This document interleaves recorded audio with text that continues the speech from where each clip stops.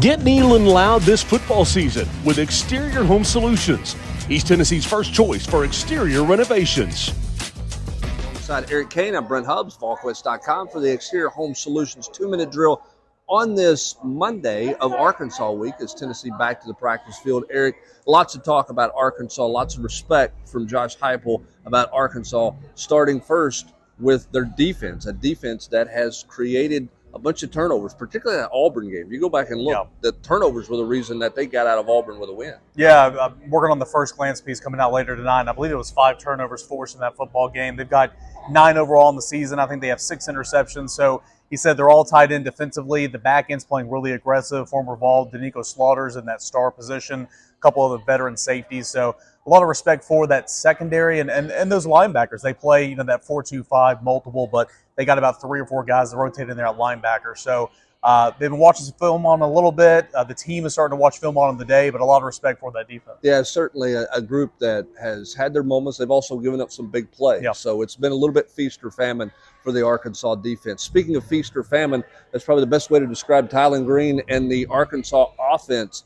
Big play. They can big play to death. Sustaining drives, been a little bit more of a challenge, but he is a handful at the quarterback spot. Yeah, he is. And I said this on my podcast on Monday.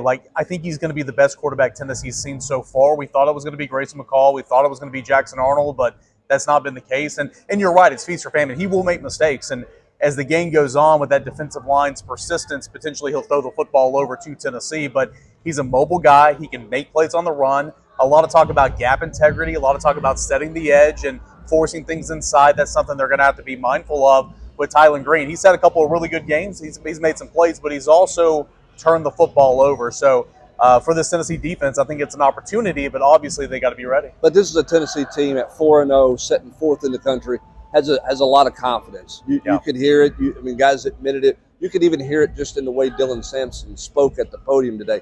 They got a lot of belief, not cockiness, but a lot of belief where they're at right now. And they should. And it's nothing that's been unexpected, right? They thought that they were going to be where they are right now at this point in the season. They are seeing what he's done, seeing what Nico's done, seeing what this defense has done. It's almost just kind of like, well, yeah, next question. We knew that was going to happen. It doesn't always work out that way.